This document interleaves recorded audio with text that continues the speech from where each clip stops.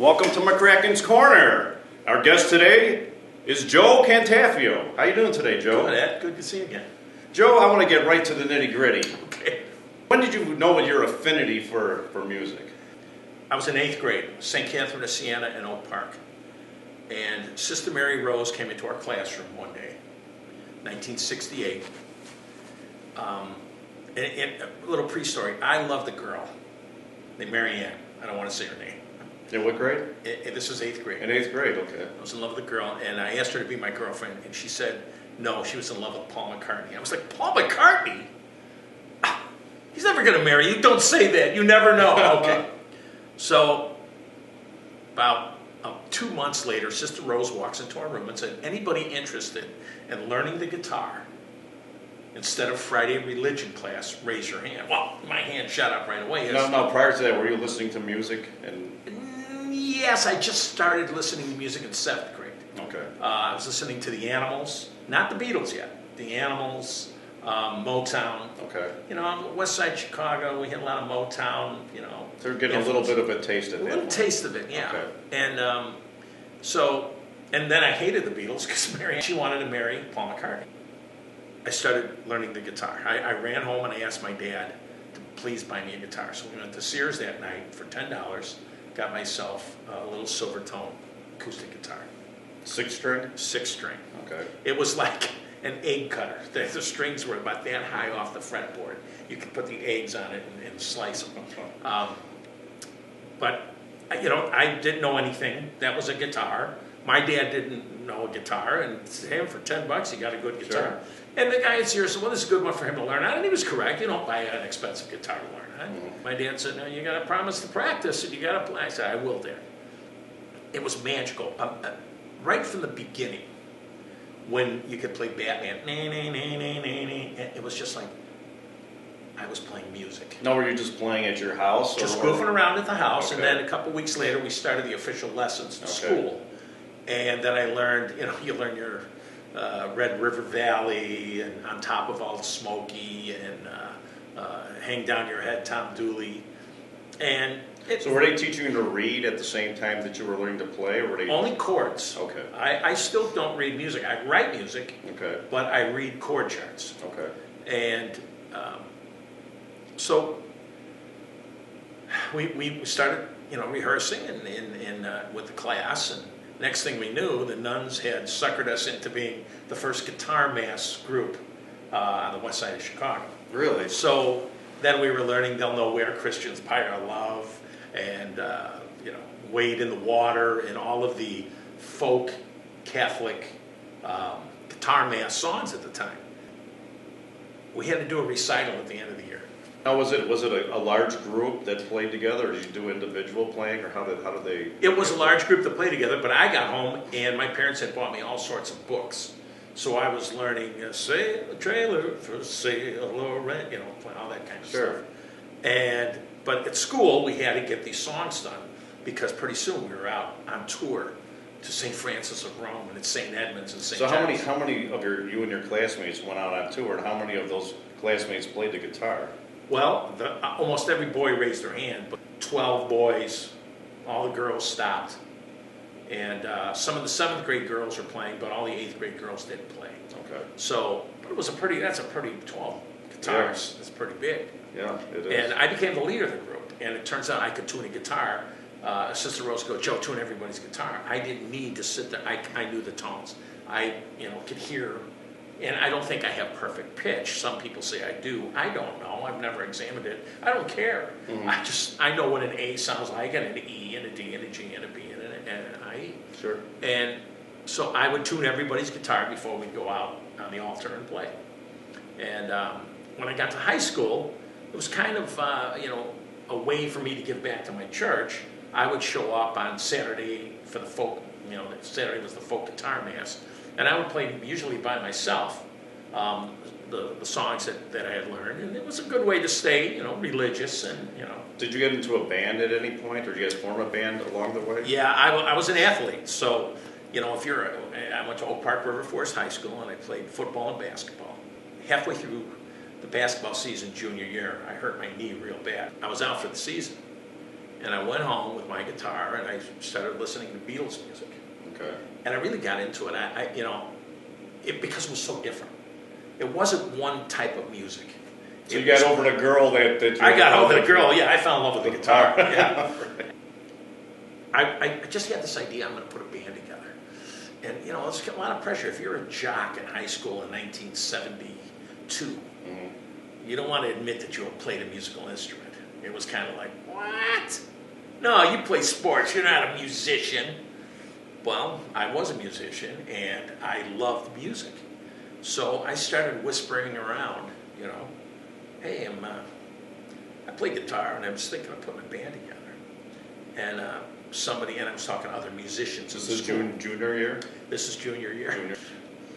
Somebody goes, well, Nick Calabrese plays real good bass.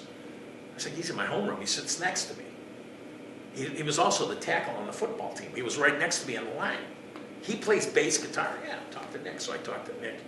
And Nick read and was a really, really good, fine musician.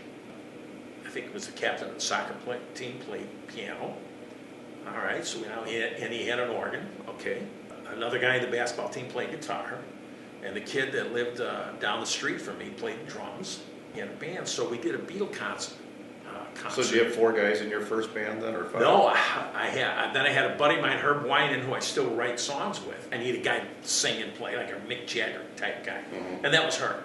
So it was 2 guitars, bass, piano, drums, and then Herb. And then, this was kind of an odd thing, but if you're doing Beatle music, a lot of my favorite Beatle songs were like Eleanor Rigby, or Yesterday, or Michelle. So there were 2 girls in the orchestra. They were sisters. They were very beautiful, but they played beautifully. What did they play? One played the viola, okay. The other one played the cello. Oh, okay. So I asked them to join our band. Now, how are you going to play with a rock and roll band, viola and cello? So it was just me on acoustic guitar when they played, and the guys would do some background singing. And so the first concert we did, I went back to my grade school, and I said, "Hey, we'd like to do a Beatle concert for the school." And the nun, his sister Pierce, was the principal, and she says, "Well, okay, you can do the Thursday before Easter." So she said, "We'll give the kids a break, and you come into the gym and do a concert for the whole school." Now, did you guys have a name for the band? We were called out of the newspaper. There was an ad in the paper.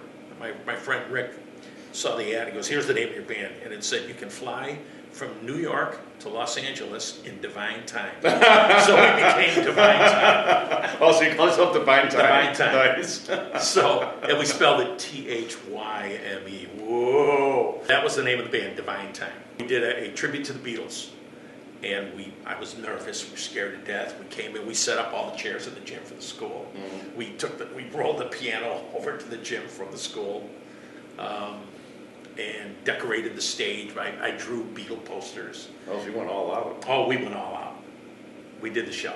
The first song we ended, and the kids were screaming as if we were the Beatles. Really? And right there and I was scared to death going on for the first song. But after the first song, I was like, I love this. Now, who was the vocalist in it? I was the lead singer. Oh, you were a vocalist also? Yeah, I was a vocalist. Now, we had a band in 8th grade, which is kind of funny. The movie star, Kevin Dunn, was our lead singer. Now he's on Veep, and he was in Dave. He's on a million movies. He was the lead singer. It was Kevin Dunn and All Italians. Myself, Cantafio, Sabatino on drums. That was the name of the band? Yeah, no, the band was called the Concrete Cable. Oh, the Concrete Cable. Yeah, because I thought we called Kevin Dunn and All Italians. Yeah, Kevin Dunn and All Italians, the Concrete Cable. And so I wasn't the lead singer because they all said I sucked singing. So I thought I put my own band together, and it turns out I could sing. And so we put this Beatle band together, and it was a success.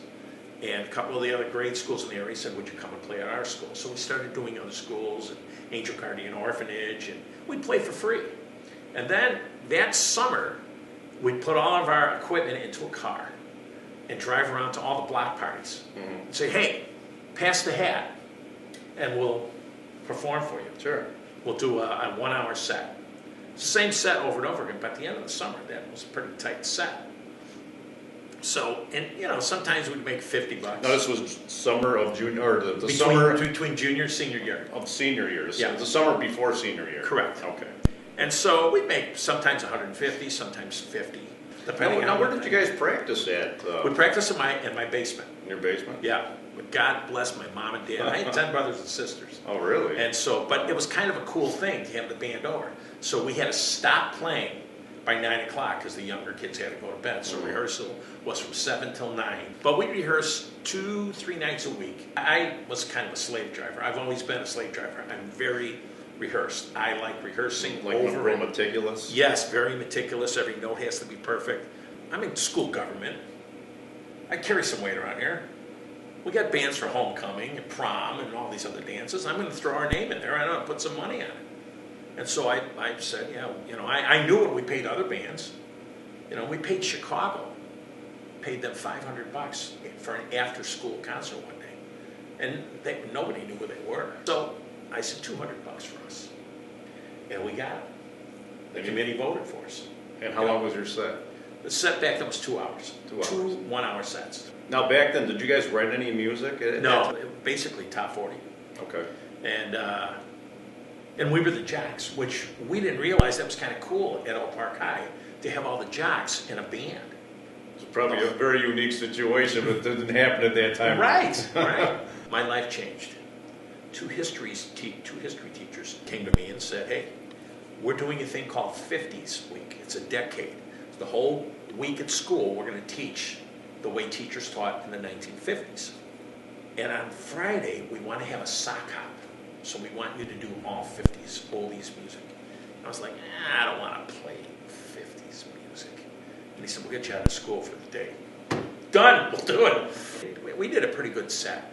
It was only 40 minutes because that's a longer class was. We were supposed to play the 4 lunch periods.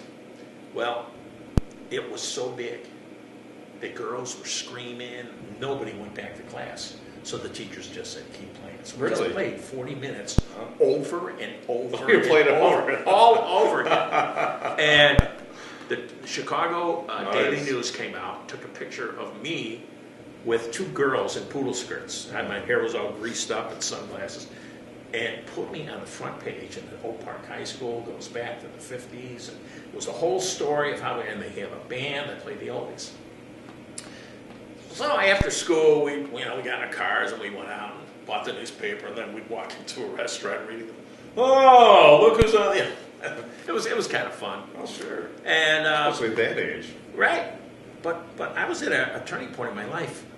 You know, I'm graduating in about 3-4 weeks, and I didn't know what I was going to do. I hadn't even signed up for school yet. I didn't know if I was going to go to college. So in the beginning, was the music more of a passion of yours, or was it kind of a hobby in the beginning? In the beginning, it was a hobby. And then kind of turned into a but passion? But it became a passion because I just loved singing and playing the guitar. Okay. And I still do. So we get back to school. Mm-hmm. By Tuesday, the word gets to me, hey, Mr. Graziano wants to see you in his room today after school. So, okay. I figure he's either going to yell at us or pat us on the back. And I figured he'd pat us on the back because it was a big thing. We walk in and he's got some letters and notes. He said, we've gotten some calls from a lot of schools that want to do the same thing. Really? And they want to hire you guys to be the band. Wow. I think we can make some money together.